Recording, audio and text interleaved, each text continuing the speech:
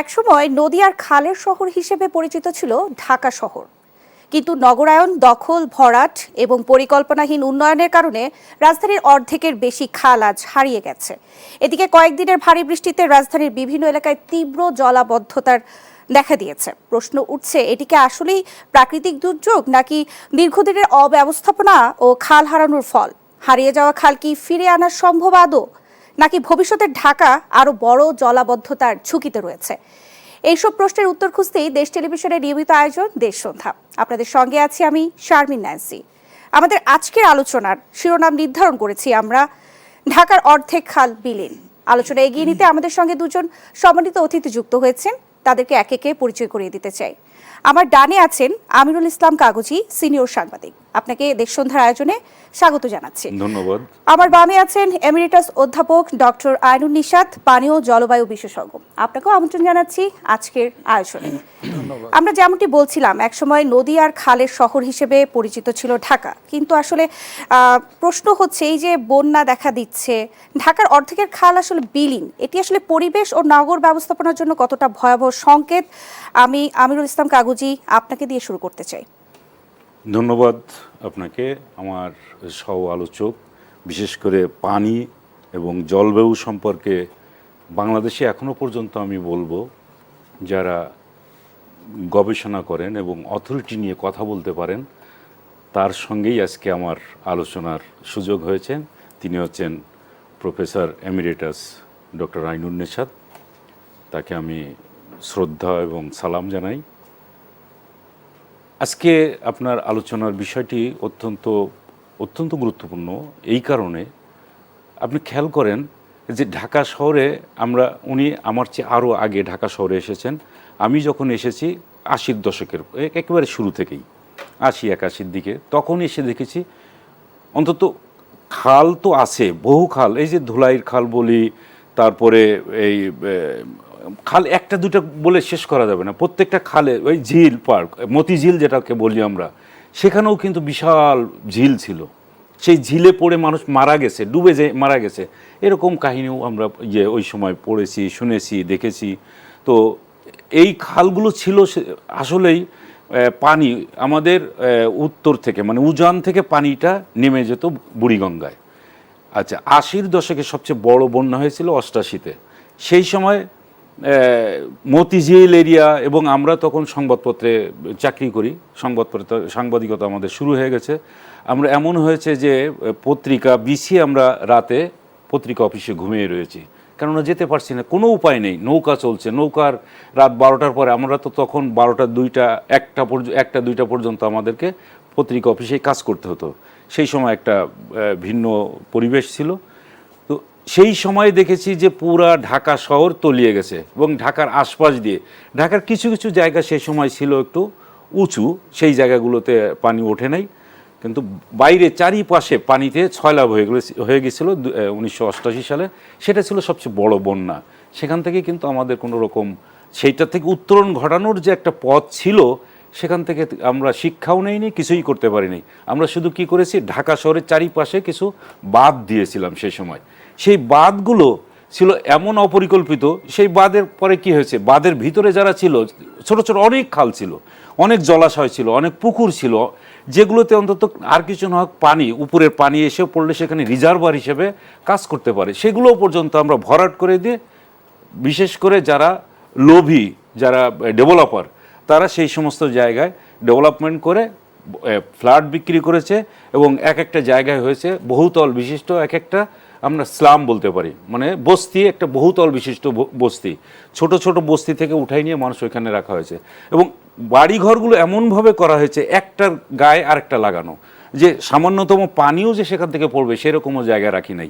এবং আমরা এখন কি করেছি, যে এই যে এখন আমরা এই যে টাইলস দেওয়া, বাড়িঘর সুন্দর দেখার জন্যে বাড়ির উঠান টুঠান যা কিছু আছে সবই আমরা এখন টাইলস দিয়েই ভরে ফেলছি, সুন্দর দেখাচ্ছে, এবং সেখানে পানি আর কোথাও যাচ্ছে না, স্যাঁতস্যাঁতে অবস্থা তো থাকছে, পানিগুলো সব উপরে ভেসে থাকছে, আর যাচ্ছে কোথাও। এই যে যতগুলো সড়ক আপনি আজকে এবং গতকালকে আমরা দেখেছি, যে সড়কের পাশাপাশি যে সুয়ারেজগুলো ছিল, সবগুলোর মুখ বন্ধ হয়ে গেছে। কি কারণে? পলিথিন পড়ছে, না হলে সেই সমস্ত জায়গায় ঢাকনাগুলো নষ্ট হয়ে গেছে।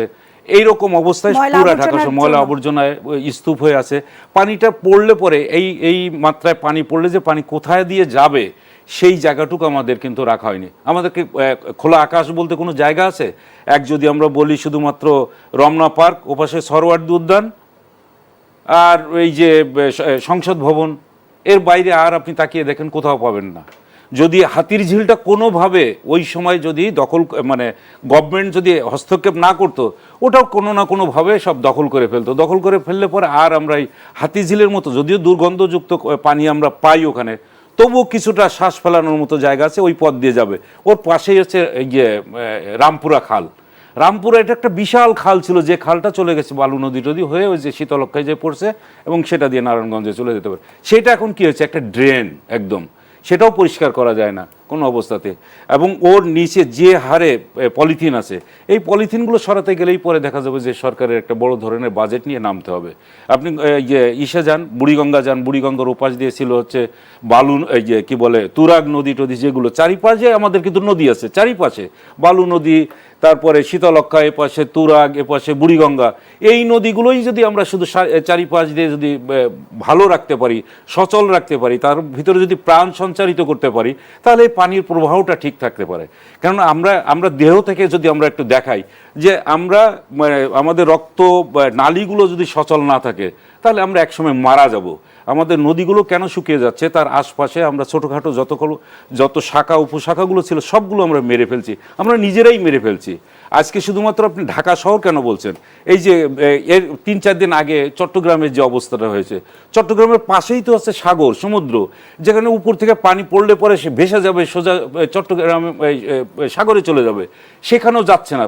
পানি একটু বৃষ্টি হলেই পরে চট্টগ্রাম হয়ে যায় একটা মানে জলাবদ্ধ নগরী হয়ে যায়, কেউ আর নড়াচড়া করতে পারে না, এইরকম একটা জায়গা চলে যায়। অথচ পাহাড় থেকে নেমে এসেছে সাঙ্গু নদী, তারপর পাহাড় থেকে অনেকগুলো নদী নেমে এসেছে, যার ধারা যদি চলে যায় আমাদের কর্ণফুলী হয়ে চলে যাবে সাগরে, তাহলে তো পানিগুলো ধরে মানে কি বলে আটকে থাকার কোনো কথা না, এবং ওভারফ্লো হওয়ার কোনো কথা না। কিন্তু আমরা এটা হয়েছে এই কারণে যে এই ব্যাপারে কিন্তু জলাবদ্ধতা নিরসন করার জন্য প্রচুর পরিমাণে অর্থ ব্যয় করা হয়, প্রচুর পরিমাণে টাকা পয়সা দেওয়া হয়, এবং বাজেট যে পরিমাণ দেওয়া হয়, আমার সহ আলোচক উনি কিন্তু আরও বেশি করে বলবেন যে কিভাবে এই সমস্ত জায়গায় আমাদের এনজিও মানে বাইরে থেকে অর্থ আসে, এবং সেই অর্থগুলো যে কোথায় যায়, কিভাবে যায়, ব্যয় হয়, দেখেন কোনো কিছুই আমরা মানে সাধারণ মানুষ জানতে পারে না। কিন্তু এই টাকাটা, এই অর্থ নিয়েই অনেকে ফুলে ফেপে অনেক বড় হয়ে যায়। আর যত জলাশয়, সব জলাশয় কিন্তু এখন দেখবেন বড় বড় ভূমিদস্যুদের দখলে।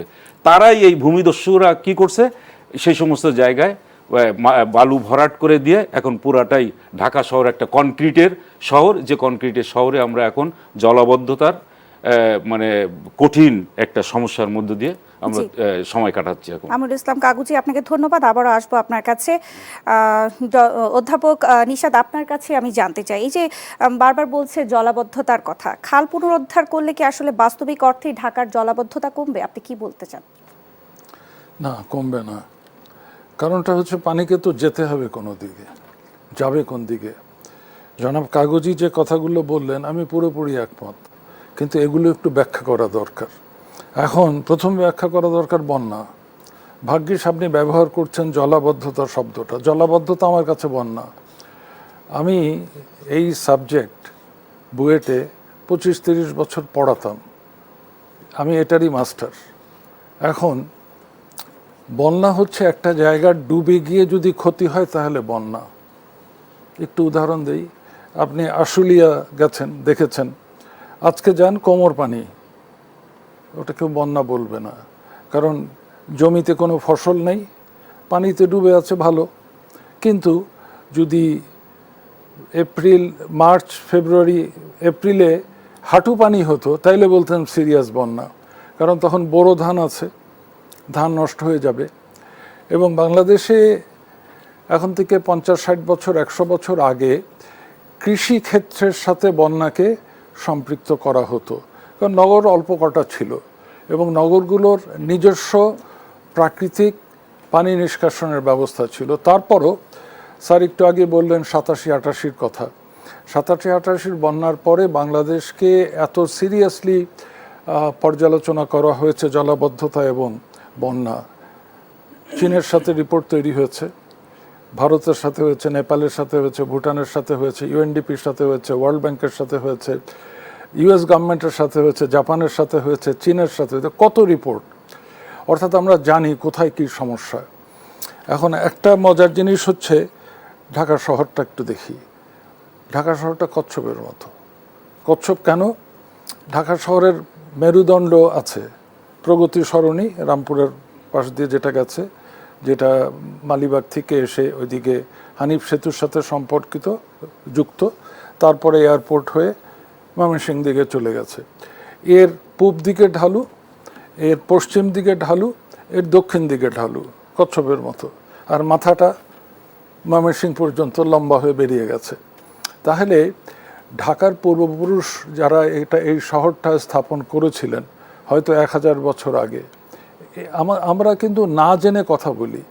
অনেক পণ্ডিত বলবেন 400 বছর আগে শহর হয়, আর 400 বছর আগে তো মোগলরা রাজধানী করেছিল, সেটাতে আমি যাচ্ছি না। এখন আমাদের পূব দিকে আছে বালু নদী, এসে মিট করেছে শীতলক্ষাতে, পশ্চিমে আছে তুরাগ বংশাই, মিট করেছে বুড়িগঙ্গার সাথে, দুটো এসে মিট করলো, তার মানে একটা ট্র্যাপিজয়েডাল কিংবা একটা সেকশন হলো। আর যখন প্রশাসকরা দেখলেন কোনো সময় পূব দিকে পানি বেশি ওঠে অর্থাৎ বালু নদীতে, আবার কোনো সময় পশ্চিম দিকে বেশি পানি ওঠে অর্থাৎ বংশাই কিংবা তুরাগে, সো দুটোকে কানেক্ট করে দিলেন টঙ্গী খাল দিয়ে। তার মানে একটা ম্যানেজমেন্ট সিস্টেম ছিল। শহরে প্রচুর নিচু জায়গা ছিল যেগুলোতে পানি আটকে যেত, কিন্তু তারপরও 10 বছর, 15 বছর, 20 বছর এরকম অল্টারনেটিভলি পুরো দেশটাই ডুবে যেত, পুরো শহরটাই ডুবে যেত, সেটা অন্য কথা। কিন্তু আমি যেটার কারণে এই কথাটা বলছি, আমাকে দেখতে হবে রুরাল সেটিংটা কি, আরবান সেটিংটা কি। আরবান সেটিংয়ের লোকজন কোনো পানি সহ্য করতে পারে না, আর রুরাল সেটিংয়ে বৃষ্টি না হলে তারা কান্নাকাটি শুরু করে। আল্লাহ মেঘ দিয়ে পানি দিয়ে গান তো শুরু হলো সেখান থেকে। কৃষিকাজের জন্য 15 দিন আগে প্রত্যেকটা খবরের কাগজে উঠেছে যে সাফিসিয়েন্ট বৃষ্টি হচ্ছে না, উত্তরবঙ্গের কৃষক মাথায় হাত দিয়ে বসে আছে, সে আমন লাগাবে কি করে। এরপরে যে বৃষ্টিটা হচ্ছে, নগরের বৃষ্টি কিন্তু আলাদা। আজকে একটু আগে আপনাদের অফিস রুমে ওখানে বসে বসে খবরের কাগজগুলো উল্টাচ্ছিলাম, অদ্ভুত অদ্ভুত তথ্য। কোনো দামি খবরের কাগজ লিখছে যে গত 15 দিনে 75 ভাগ বৃষ্টি হয়ে গেছে, এই জুলাই মাসে যা বৃষ্টি হওয়ার কথা। আরেকটা কাগজ উল্টালাম, সে বলছে 20 ভাগ বৃষ্টি হয়ে গেছে। এরকম উল্টাপাল্টা তথ্য থাকবে কেন পাচ্ছি? এখন সলিউশনের দিকে আস্তে আস্তে এগোই। প্রথম কথা হচ্ছে পূর্বাভাসে বিশ্বাস করতে হবে। আমার পকেটে যদি এখন থেকে থাকে পানি উন্নয়ন বোর্ডের ওয়েবসাইট, আমি ওয়েবসাইটটা বলে দিই, www.ffwc.gov.bd।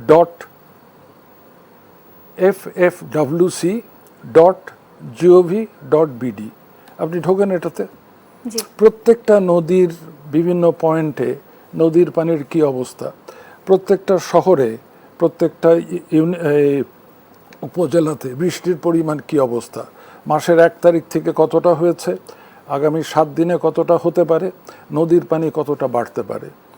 এখন বৃষ্টি সব সময় যে বাংলাদেশের ভিতরে হবে তা তো না, প্রতিবেশী দেশের থেকে তো পানি নেমে আসছে।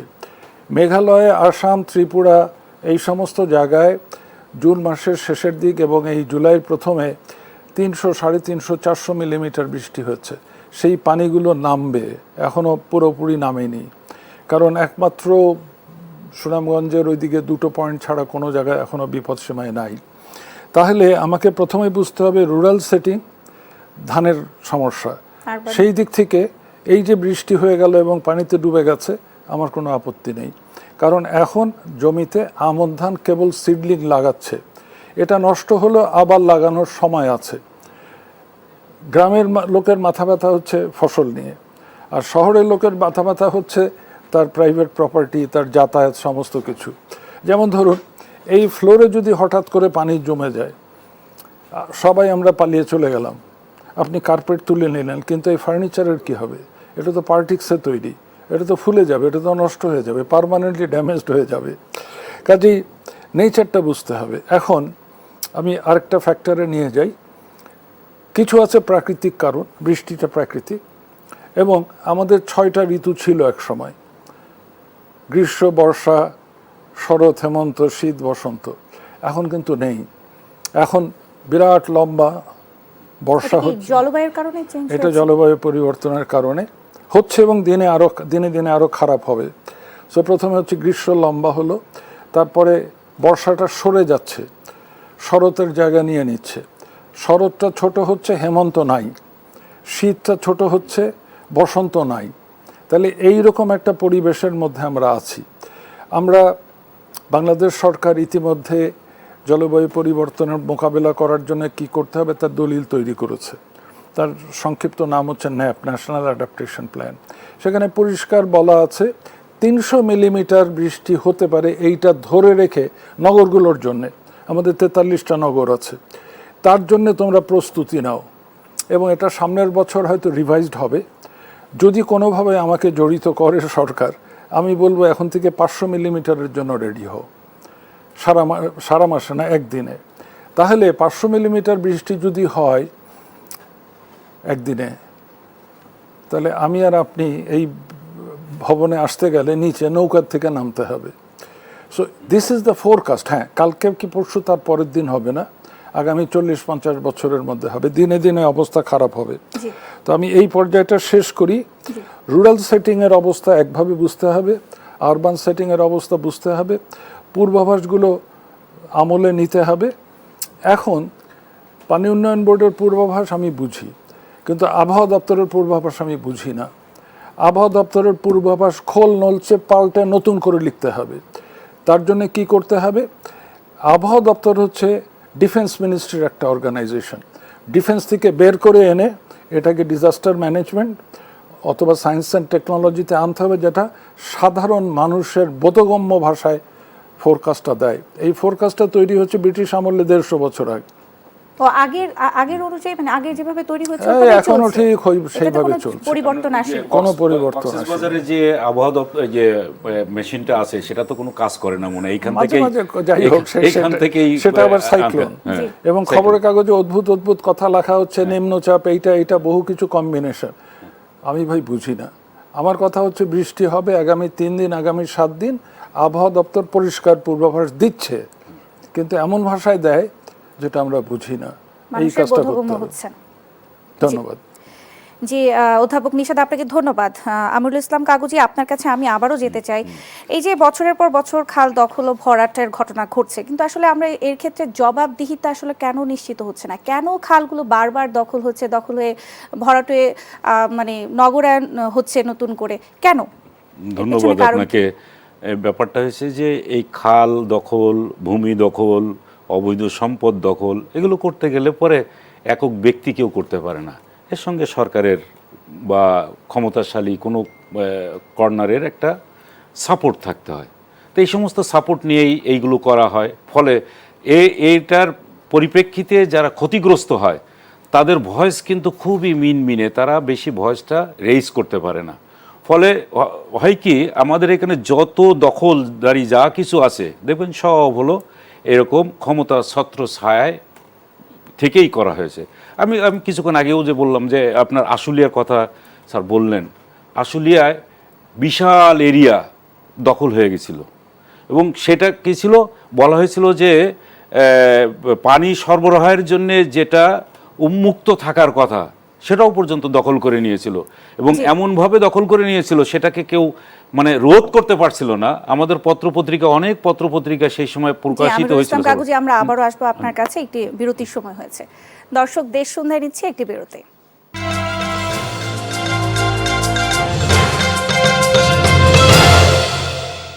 আবারও আমন্ত্রণ জানাচ্ছি দেশ সন্ধ্যার আয়োজনে।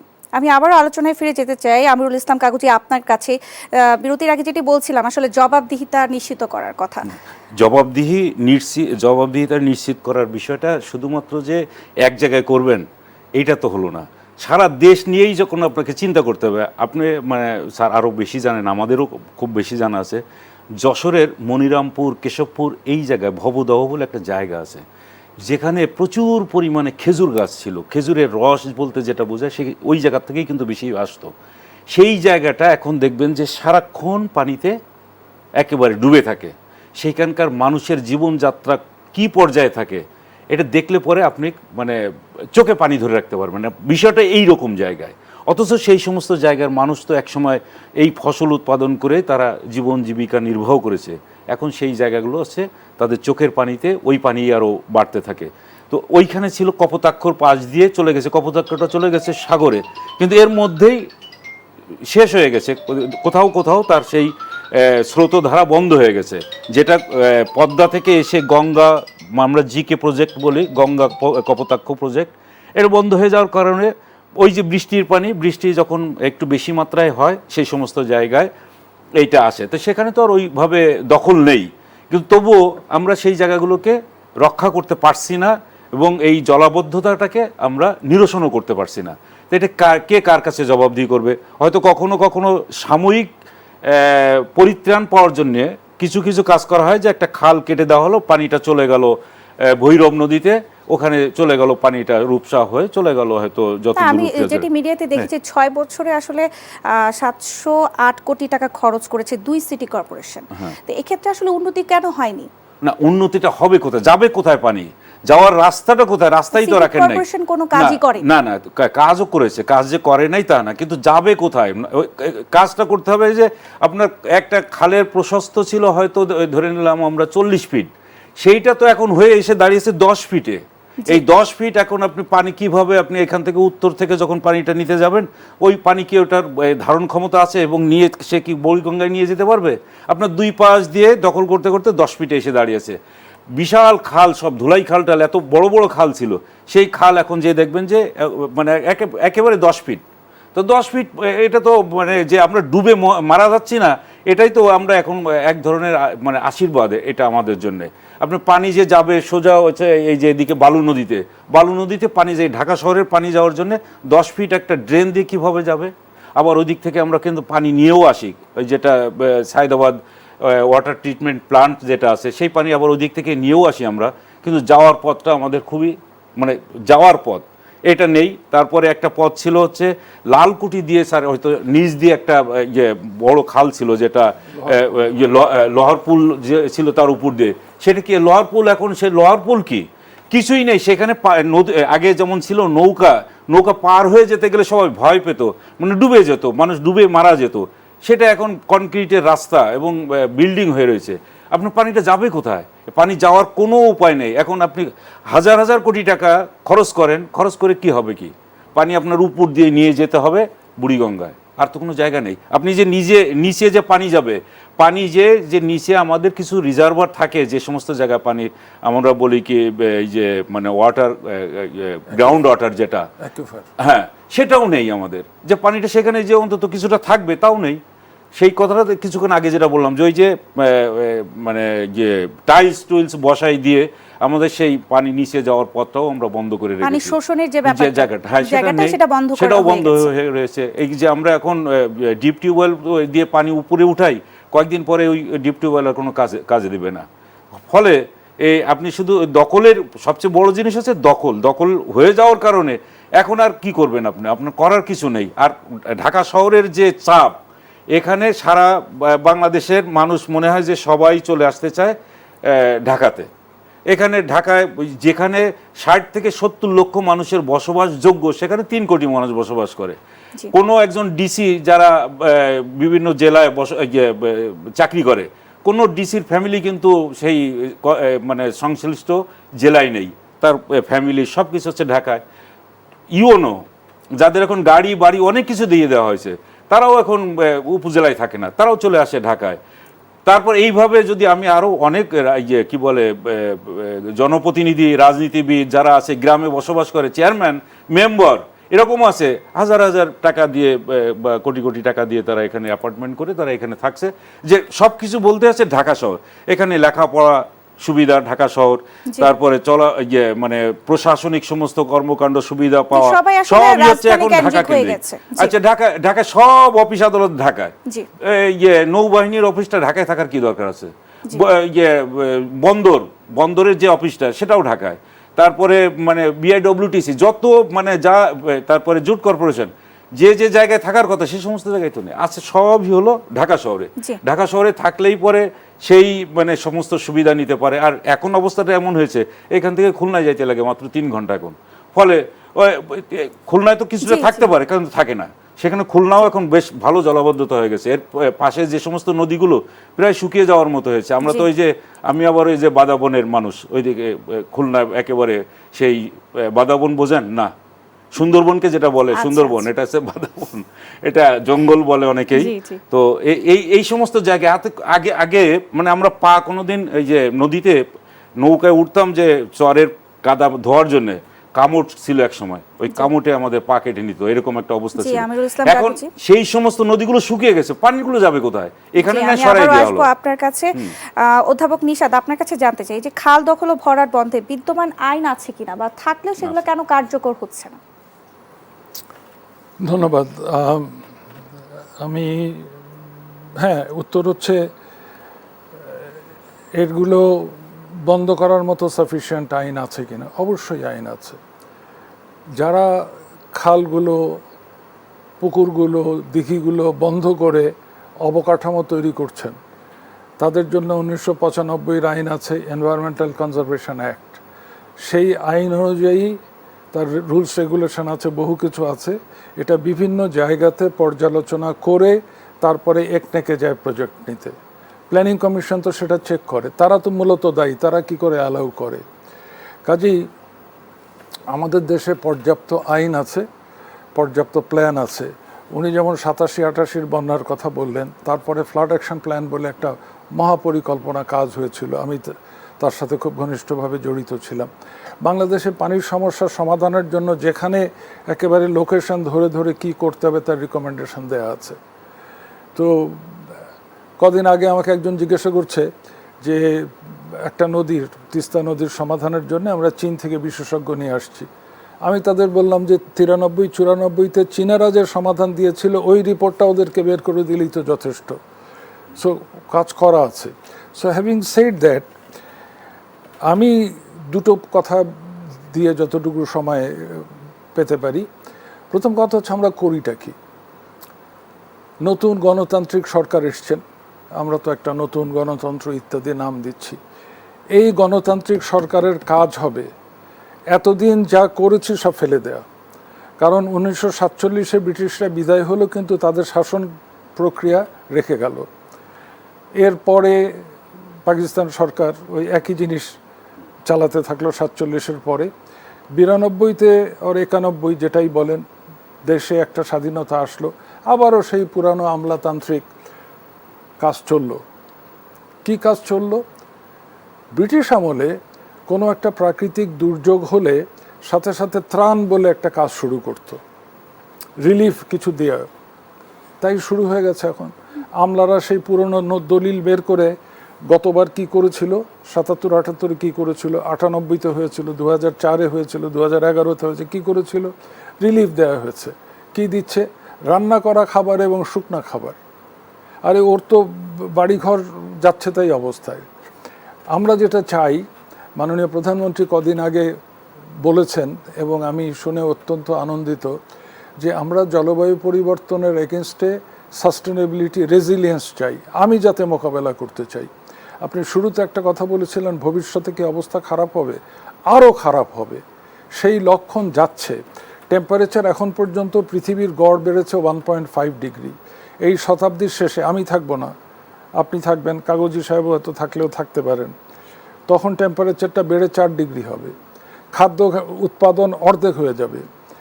সমস্ত কিছু হঠাৎ করে প্রচণ্ড বৃষ্টি নামবে, টোটাল বৃষ্টির সমান হবে।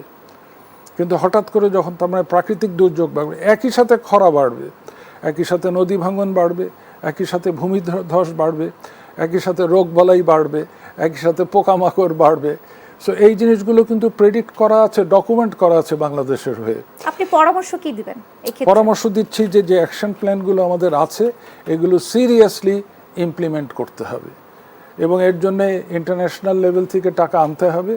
নিজের দেশেরও কিছু টাকা বরাদ্দ করা প্রয়োজন, এই সরকার ইতিমধ্যে বরাদ্দ করেছেন, এই কাজগুলো করতে চাই। দ্বিতীয় কাজ যেটা বলতে চাই, বিশেষ করে সাংবাদিক ভাইদের প্রতি দৃষ্টি আকর্ষণ করতে চাই, যে শহরগুলোর এক ধরনের সমস্যা আছে, রুরাল এলাকাতে আরেক ধরনের সমস্যা আছে। এখন রুরাল এলাকার প্রবলেমটা কিন্তু অ্যাগ্রাভেট করেছে আমরাই করেছি। গ্রামে এত রাস্তা, প্রত্যেকের নেতার বাড়িতে একটা করে মাটির রাস্তা যেতে হবে। এই যে বৃষ্টির পানি নেমে যাবে, গত বছর ফেনীতে পানি নেমে গেছে, কুমিল্লাতে তার আগের বছর নেমে গেছে, পানি নামে না। নদীর পানি নেমে গেছে কিন্তু পানি যেতে পারছে না, রাস্তায় আটকে আছে। 15 দিন 20 দিন লাগছে পানিটা ক্লিয়ার হতে। একইভাবে নগরে যেখানে আপনার বেড়িবাঁধ আছে, কিংবা যেমন ঢাকা, আপনি যদি টঙ্গী থেকে আশুলিয়া যান, আশুলিয়া থেকে চাঁদবাড়ি হয়ে মিরপুর যান, তাহলে দেখতে পাবেন যে সেখানে প্রচুর স্লুইস আছে। এই স্লুইসগুলোর গেট খোলা যায় না, সাইজ খুব ছোট্ট। ওই যেটা উনি বললেন যে 20 ফুট কি 30 ফুট চওড়া খাল, সেখানে 5 ফুট একটা গেট বসিয়ে দিয়েছে। কাজে এগুলো ফেলে দিয়ে নতুন করে ভাবতে হবে। রুরাল ইনফ্রাস্ট্রাকচার করে এলজিডি বলে একটা সরকারি প্রতিষ্ঠান, তার সংশ্লিষ্ট মন্ত্রী আমাদের রাজনৈতিক দলের মহাপরিচালক, তাকে বলতে হবে যে আমরা নতুন করে এখন ইভ্যালুয়েট করব। একইভাবে পানি উন্নয়ন বোর্ডের সব ডিজাইন ফেলে দিতে হবে, বুড়িগঙ্গায় ভাসিয়ে দেন, নতুন করে পরিবর্তিত অবস্থার জন্য চিন্তা করতে হবে।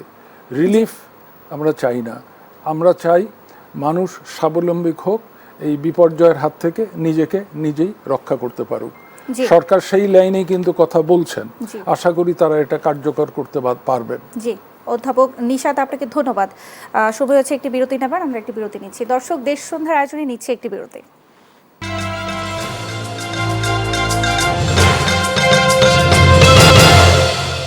আবারও আমন্ত্রণ জানাচ্ছি দেশ সন্ধ্যার আয়োজনে। আমি আবার আলোচনায় ফিরে যেতে চাই। আমিরুল ইসলাম কাগুজি, আপনার কাছে যেতে চাই, সেটা হচ্ছে নাগরিক ভূমিকা আসলে কতটা গুরুত্বপূর্ণ, শুধু সরকারের উপর দায় চাপিয়ে কি আসলে সমাধান হবে কিনা, আপনি কি বলবেন? সেই কথাটা কিছুক্ষণ আগেও কিন্তু আমি আমার কথা যখন প্রথম শুরু করেছিলাম সেটা দিয়েই, যে নাগরিক এবং সরকারের মধ্যে কিন্তু একটা চুক্তি হয়। সেই চুক্তিটার অন্যতম হচ্ছে যে সরকার একটা ব্যবস্থাপনা দেবেন, নাগরিক সেটাকে মেনে চলবে। কিন্তু আমাদের এখানে সব কিছুই আছে, সরকারের জায়গায় সরকার আছে, নাগরিকের জায়গায় নাগরিক আছে, যার যার মতো করে চলে। আমাদের এখানে নগরের একটা একেবারে সেট রুলস রয়েছে, যে কে বাড়ি করতে গেলে কিভাবে কোন রাস্তার, তার সামনের রাস্তা কতটুকু প্রশস্ত থাকবে, তার চারিপাশে কতটুকু ছাড়তে হবে, এটা হচ্ছে পরিকল্পিত নগরায়নের একটা বিষয় থাকে। আচ্ছা, আমাদের দেশে কিন্তু সেইটা হয়নি। ঢাকা শহরে রাজুক কিছু জায়গা দখল করে নিয়ে সেই সমস্ত জায়গায় যে কি বলে বরাদ্দ দিয়েছে, সেইটুক হয়তো বা আছে, কিন্তু বাকি বেশিরভাগ ক্ষেত্রে, বিশেষ করে আমি সিংহভাগ, আমাদের এখানে কি আছে, উত্তরা, গুলশান, বনানী, এদিকে পূর্বাচল, আর এদিকে কি বলে আমাদের বুড়িগঙ্গার ওই পারে আরেকটা হয়েছে, এটা রাজুকের। এর বাইরে কিছু প্রাইভেট অর্গানাইজেশন যেগুলো আছে, যেমন আমরা আমিন মোহাম্মদ গ্রুপ বলি, কনকর্ড বলি, তারপরে এই যে বসুন্ধরা, তারপরে যমুনা, এগুলো আছে, তারাও কিছুটা মেনে চলে, মানে তাদের নিজেদের মতো করেই যতটুকু পারে সেটা হলো। কিন্তু যখন একেবারে প্রাইভেটলি যখন করে, ঢাকা শহরে মানে জায়গার দাম তো অনেক বেশি, এত বেশি, কেউ 1 ইঞ্চি জায়গা ছাড়তে চায় না। অবস্থাটা হচ্ছে এই কারণে, ওই 1 ইঞ্চি জায়গা যে ছাড়ে সেটুকুই যাতে কোনো রকম আবার কেউ খারাপ দৃষ্টিতে না দেখে, সেই জন্য ওই যে বললাম যে টাইলস টুইলস বসাই দিয়ে কাজটা করে। এই যে করলো, পানি যে আর ধরে রাখতে পারলো না, এই যে পরিবেশের 12টা কিন্তু এখান থেকে বাঁচতে শুরু করলো। তো এইটা হচ্ছে নাগরিকের দায়িত্ব ছিল যে অন্তত যে নিয়মটা গভর্নমেন্ট তৈরি করে দেয়, সরকার তৈরি করে দেয়, ওই নিয়মটা যদি আমরা পালন করে ঘর বাড়ি তৈরি করতে পারতাম এবং বসবাস করতে পারতাম, তাহলে আমাদের নাগরিক দায়িত্বের অন্তত 20% আমরা ফলো করতে পারতাম। সেই কাজটাও কিন্তু আমরা করি নাই। আমরা নাগরিক হিসাবে আমরা এই রকম দৈন্য দশার মধ্যে, আমাদেরও অবশ্যই দায়বদ্ধতা আছে। আর সরকারের দায়বদ্ধতা হচ্ছে মনিটরিং এর ব্যাপারটা, যেটা করার কথা ছিল রাজুকের, সেই রাজুক তার কিন্তু মনিটরিংটা সেইভাবে করে না। কেননা রাজুকের যারা ইন্সপেক্টর আছে বা যারা লোকাল এরিয়ার যে সমস্ত অফিসার আছে, তারা আসলেই পরে হয়তো দেখা গেল 20 ফিট রাস্তার পাশে 10 তলা বাড়ি করলো। যখন ওই অফিসার আসে, অফিসারের পকেটে কিছু টাকা গুঁজিয়ে দিলেই পরে সে, কারণ একটা ফ্ল্যাটের দামই হচ্ছে হয়তো দেখা গেলো 5 কোটি টাকা, তার পকেটে ঢুকিয়ে দিল 5 লাখ টাকা, হয়ে গেল। তো এইভাবে যখন এই লেনদেনগুলো হয়, তখন তো কোনো অবস্থাতে সরকারের একার পক্ষে আর সরকার তো আর এত মাইক্রো লেভেলে এসে তো কোনো অবস্থাতেই নিয়ন্ত্রণ করতে পারবে না। সম্ভব না যার যে আসলে। জায়গায় যতটুকু দায়িত্ব ছিল সেই দায়িত্বটুকু সে তো অনেস্টলি করে না, পালন করে না, জি। যে কারণে নাগরিকরাও ওই সুবিধাটা নেয়, আর মাঝখান থেকে মধ্যস্বত্বভোগী হিসাবে ওই অফিসারও তার পকেটটা ভরে ফেলে। যে দুর্নীতির একটা সুযোগ give and হয়ে take, যায়। হ্যাঁ, এটা একেবারে গিভ অ্যান্ড টেক, এটা হতেই হবে। তার কারণ হলো আমি যেটা বললাম যে আপনি দেখেন যে ঢাকা শহরে জায়গা কিনতে গেলে কি পাবেন না, বললাম তো 1 ইঞ্চি জায়গার দামই আপনার 1 কোটি টাকা 2 কোটি টাকা এরকম একটা অবস্থা দাঁড়ায় গেছে। তো এই যখন মানে আপনার সবসময় দেখবেন যে অর্থনৈতিক বিষয়টা মানুষের সবচেয়ে আগে বিবেচনা করে, তারপরে না অন্য কিছু। তা সেই অর্থনৈতিক বিবেচনার মধ্যেই পড়ে গেছে ঢাকা শহরের জায়গার মূল্য। এই মূল্য তো কোনোদিন আগে নির্ধারণ করে দেওয়া হয়নি, যে কারণে নগর উন্নয়নের ক্ষেত্রে সবচেয়ে বড় যে ঘাটতিটা, সেই ঘাটতিটা হয়ে গেল। নাগরিকরাও যেমন সুযোগটা নিয়ে নেওয়ার কারণে আজকে আর কোনো খালি জায়গা নেই। স্যার কিছুক্ষণ আগে বলছিলেন না যে বড় বড় জায়গা ছিল, মাঠ ছিল, বড় বড় পুকুর ছিল। ঢাকা শহরে এই যে ইসের থেকে আমি গুলিস্তান থেকে যদি কি বলে ডেমরা পর্যন্ত যাইতে 2 পাশে বিশাল বিশাল খাল, বিশাল বিশাল পুকুর ছিল, এখন একটাও পাবেন না। এবং এই যে এইগুলো যে শেষ হয়ে যাওয়ার কারণে এখন পানি ধরে রাখার কোনো উপায় নেই। অন্তত আর কিছু না, একটা এরিয়ার সমস্ত পানি যদি একটা পুকুরে যদি যায়, তা সাময়িকভাবে তো অন্তত পরিত্রাণ পাওয়া যায় যে আমাদের এই জলাবদ্ধতা থেকে একটু কিছু পরিত্রাণ দিল একটা পুকুর। কিন্তু সেই পুকুর ভরাট করে সেখানে প্রথমে কি করে মানুষকে দেখানোর জন্য যে সামাজিক কিছু কাজ করে, যেখানে হয়তো ওই বয়স্ক লোকজন এসে বসার জন্য চারিপাশে কিছু টুল দিল, চেয়ার দিল, এখানে এসে বসলো, মানুষ মনে করলো লোকটা তো খুব ভালো। কিছুদিন দেখলো লোকটা ভালো, তারপর কিছুদিন পরে দেখলো যে ওইটা আস্তে করে ওই টুলগুলো সরাই দিল, এগুলো সরাই টরাই দিয়ে তারপর ওখানে একটা হাই রাইজ বিল্ডিং উঠে গেলো রাতারাতি। এই যে মানুষের মধ্যে মানুষের মন মানসিকতা, এগুলো সবই কিন্তু আমাদের মধ্যে, বাইরের মানুষের মধ্যে না। তো আমরা সেখান থেকেই কোনো রকম উত্তরণ ঘটে নাই আমাদের মানসিকভাবে, ওখান থেকে বের হয়ে আসতে পারিনি, যে কারণে নাগরিক দায়বদ্ধতা থেকে আমরা নিজেরাও আমরা কোনো অবস্থাতে আমরা অবশ্যই আমাদের এই যে অব্যবস্থাপনা এবং আজকে যে দুর্যোগ দুর্বিপাক যা কিছুই হোক না কেন সবই কিন্তু করে যাচ্ছে আমরা। আর এই প্রকৃতি হচ্ছে সেই রকম একটা বিষয় যা তার বিরুদ্ধে যখন আমরা ব্যবস্থা নিতে যাই, আজকে সেও কিন্তু প্রতিশোধ নেয়। আজকে যে চিটাগংয়ের কথা বলি, পাহাড় ধস, ওই যে উখিয়াতে পাহাড় ধস, কেন? আমরা তো পাহাড় যেভাবে তৈরি হয় তার ওখান থেকে যদি 1 ইঞ্চি মাটিও আমি সরিয়ে নেই, তাহলে ওই জায়গাটা তো খুব ভরাট করবে 1 ইঞ্চি। তো সে কত উঁচু থেকে সে দেখছে যে আমার এখান থেকে কিছু মাটি নিয়ে গেল একজন, সেই মাটিটাকে আমাকে আবার ভরাট করে ফেলতে হয়। সেই মাটিটা ভরাট করতে গেলে সে তার এলোমেলো একটা অবস্থা হয়ে যাবে, তখন ধস নামলেই তো যে আমরা বলি যে পাহাড় ধসে এত মানুষ মারা গেছে। ওর চারিপাশ দিয়ে যে সমস্ত মানুষ বসবাস করে তারা কি করে ওরা ওই যে পাহাড় কেটে এবং রোড বানায়, অনেক কিছু বানায়। তাহলে পাহাড় তো তার নিজের মতো করেই বসবাস করবে, তাকেই আমরা ধ্বংস করি, নদীকে আমরা ধ্বংস করি, সব কিছুকে ধ্বংস করার কারণেই আজকে আমাদের যে অবস্থাটা হয়েছে যে আমরা পরিবেশের উপরে মানে বেশি অত্যাচারটা করছি বলেই আজকে তার একটা রিটার্ন আমাদের হিসেবে আমাদের কাছে আসে। জি, আমিরুল ইসলাম কাগুজি, আপনাকে ধন্যবাদ। আমি আসলে অধ্যাপক নিশাদ আপনার কাছে জানতে চাই, গতকাল আমরা যেটি দেখলাম প্রত্যেকটা রোডে হচ্ছে জলাবদ্ধতা সৃষ্টি হয়েছে। যেমনটি দেখলাম যে বনানী, গুলশান এবং এয়ারপোর্ট রোড, যেখানে আসলে এর আগে আমরা কখনো জলাবদ্ধতা তেমনটি দেখিনি, এটির পেছনে আসলে কারণ কি বলবেন? 87-88 বন্যার কথা কাগজি সাহেব বললেন, তো আমি তখন বুয়েটে শিক্ষকতা করি। এই পানির রুট, পানি কোন দিক থেকে ঢোকে কোন দিক থেকে বের হয়, এটা ইনভেস্টিগেট করার জন্যে মাঠে নামলাম। দেখলাম যে বালু থেকে বন্যার পানিটা ঢুকছে, তখন বালু নদীর পানি বেড়ে গেছে, শহরে ঢুকছে। এটা রেল লাইন যেটা টঙ্গী যাচ্ছে যেটা, সেখানে বাধাপ্রাপ্ত হচ্ছে এবং আমি পানির রুট খুঁজছি এবং কালভার্ট আছে, মোটামুটি পানি আসছে। তারপরে মেইন পাকা রাস্তা, তলায় পাইপ আছে যেটা দিয়ে এসে পানিটা এসে এই ক্যান্টনমেন্ট রেল স্টেশনের ওখানে এসে ভিতরে ঢুকছে বনানীতে। সেখানে বনানীর পাশ দিয়ে গোরস্থানে ঢুকছে, গোরস্থানের পাশ দিয়ে এই বনানী লেক, গুলশান লেকে ঢুকে ওই পাশে বেগুনবাড়ি খাল দিয়ে বেরোচ্ছে। বেগুনবাড়ি খাল চেনেন? ধানমন্ডির যে উনি বলেছেন বেগুনবাড়ির খালের কথা, বেগুনবাড়ি বলেননি। এটা হচ্ছে মিরপুর যে রোড ধানমন্ডি লেক, ওইটা হচ্ছে বেগুনবাড়ি খালের উৎপত্তি। আচ্ছা আচ্ছা। আজকে যেটা পান্থপথ, তার তলায় বিরাট খাল ছিল। 70-এর দশকে আমি নিজে বড় বড় নৌকো দেখেছি যেটাতে লাকড়ি নিয়ে আসতো। এই খালটা সোনারগাঁ হোটেলের পাশ দিয়ে, রামপুরা টেলিভিশন স্টেশনের পাশ দিয়ে গিয়ে বালু নদীতে পড়তো। রামপুরা রেল স্টেশন মানে ওই পয়েন্টে, ব্রিজের ওখানে আমি 80-র দশকের শেষে, 80-র দশকের শেষে 90-র দশকের প্রথমেও বিরাট বিরাট নৌকা দেখেছি, যেটাতে ঢাকা শহরের লোকজনের লাকড়ি ইত্যাদি সবকিছু আসতে নাই। এখন আপনি চিন্তা করতে পারেন কত প্রশস্ত ছিল। সো এই যে ঘটনাগুলো ঘটেছে, এখনো এক্স্যাক্টলি পানি কোন দিক দিয়ে যাবে, কোথা দিয়ে যাবে, কোনটা উপর দিয়ে যাবে, কোনটা নিচ দিয়ে যাবে, কতটা লাগবে, আমরা হিসাব করতে পারি।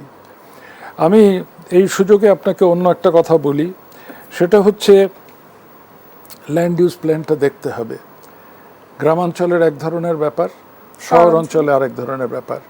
এখন শহর অঞ্চল করেন আর গ্রামাঞ্চল করেন, জলবায়ু পরিবর্তনের কারণে এবার কিন্তু স্বাভাবিক ঘটনা। আজকে আষাঢ় মাসে যে বৃষ্টিটা হলো শেষের দিকে এবং হচ্ছে, অত্যন্ত স্বাভাবিক। খবরের কাগজ আলারা জাত লিখুক, আমি মানতে রাজি না। এই বৃষ্টিটা খুবই ভালো। বর্ষাকালে বৃষ্টি হবেই, এটাই স্বাভাবিক। আষাঢ় মাসে বৃষ্টি হবে, শ্রাবণ মাসে বৃষ্টি হবে। আষাঢ় মাসের প্রথম অর্ধেকে কিন্তু বৃষ্টি স্বাভাবিকের তুলনায় কম হয়েছে, অনেক কম হয়েছে। হ্যাভিং সেড দ্যাট, সারা পৃথিবীও তো ডাইরেকশন দিচ্ছে। আমরা যেটাকে ক্লাইমেট চেঞ্জের বিভিন্ন প্রজেক্টের কথা, রিপোর্টের কথা বলি, প্যারিস অ্যাগ্রিমেন্ট 2015 আমরাও সই করেছি। সেখানে পরিষ্কার লেখা আছে লোকালি লেড অ্যাডাপ্টেশন, লোকাল স্থানীয় সরকারকে জোরদার করতে হবে। এখন চিন্তা করেন, একটা এলাকা ডুবে গেল, এইটা ওই এলাকার যিনি ইউনিয়ন পরিষদের মেম্বার, যিনি, প্রত্যেকটা ইউনিয়ন পরিষদে 9টা ওয়ার্ড আছে, 3 জন মহিলা, 12 জন আছেন। তাহলে একটা ওয়ার্ডে কত লোক আছে? হার্ডলি 200 ফ্যামিলি, 100 ফ্যামিলি, এই তো। তাহলে ওই ওয়ার্ড মেম্বার কিন্তু তার এলাকার 200 ফ্যামিলিকে জানেন উনি, কার কি নিড, কার খাবারের অভাব আছে, কার বাড়িতে থাকতে পারছে না, তাকে ত্রাণ কেন্দ্রে যেতে হবে। ত্রাণ কেন্দ্র খুব সহজ, আগে থাকতে যদি ডেজিগনেট করে রাখি, আমি প্রাইমারি স্কুল বলি যেটাকে বলি, it must be done by the local community. এখন আমাদের প্রবলেম হচ্ছে, আমাদের তো নতুন সরকার শুরু হচ্ছে, তাদের কাছে আশা করেছিলাম যে লোকাল গভর্নমেন্টকে তারা আরও জোরদার করবেন। আমাদের মাননীয় প্রধানমন্ত্রী লন্ডনে দীর্ঘ সময় ছিলেন, সেখানে যে ডেমোক্রেটিক প্র্যাকটিস, তাদের যে এমপি সাহেবরা সেন্ট্রালি আইন করে, কিন্তু লোকাল অ্যাডমিনিস্ট্রেশন কিন্তু লোকাল কাউন্সিলগুলো থেকে করে। সো আমাদের এখানে কেন এমপি সাহেবকে উপজেলা অফিসে একটা অফিস দিতে হবে? তিনি সেন্ট্রালি দেশ চালাবেন, কিন্তু লোকাল লেভেলে উপজেলা পরিষদ কিংবা ইউনিয়ন পরিষদ, তাদেরকে এই দুর্যোগ ব্যবস্থাপনাটাতে আপনি মোকাবেলা করেন। আপনি ত্রাণ কার্য দেবেন, ত্রাণ দেবেন, ঠিক আছে দেন, এটা তো অল্প কদিনের নিড দেবে, কিন্তু কে সত্যিকারের নিডি, কার অভাব আছে? মানে এখানে কি পরিকল্পনার অভাব দেখছেন আপনি?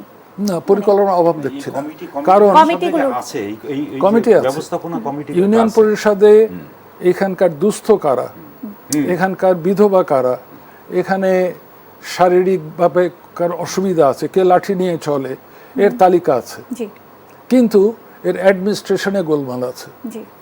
যখন আমরা খবরের কাগজে পড়ি যে কৃষক কার্ড দেয়া হচ্ছে, পাচ্ছে সব বড় সাহেবদের আত্মীয় স্বজন, তার মানে হচ্ছে মাননীয় প্রধানমন্ত্রী কৃষকদের সহায়তা করার জন্য যে পদক্ষেপগুলো নিচ্ছেন, সেটা আমরা বানচাল করে দিচ্ছি অপব্যবহার করে।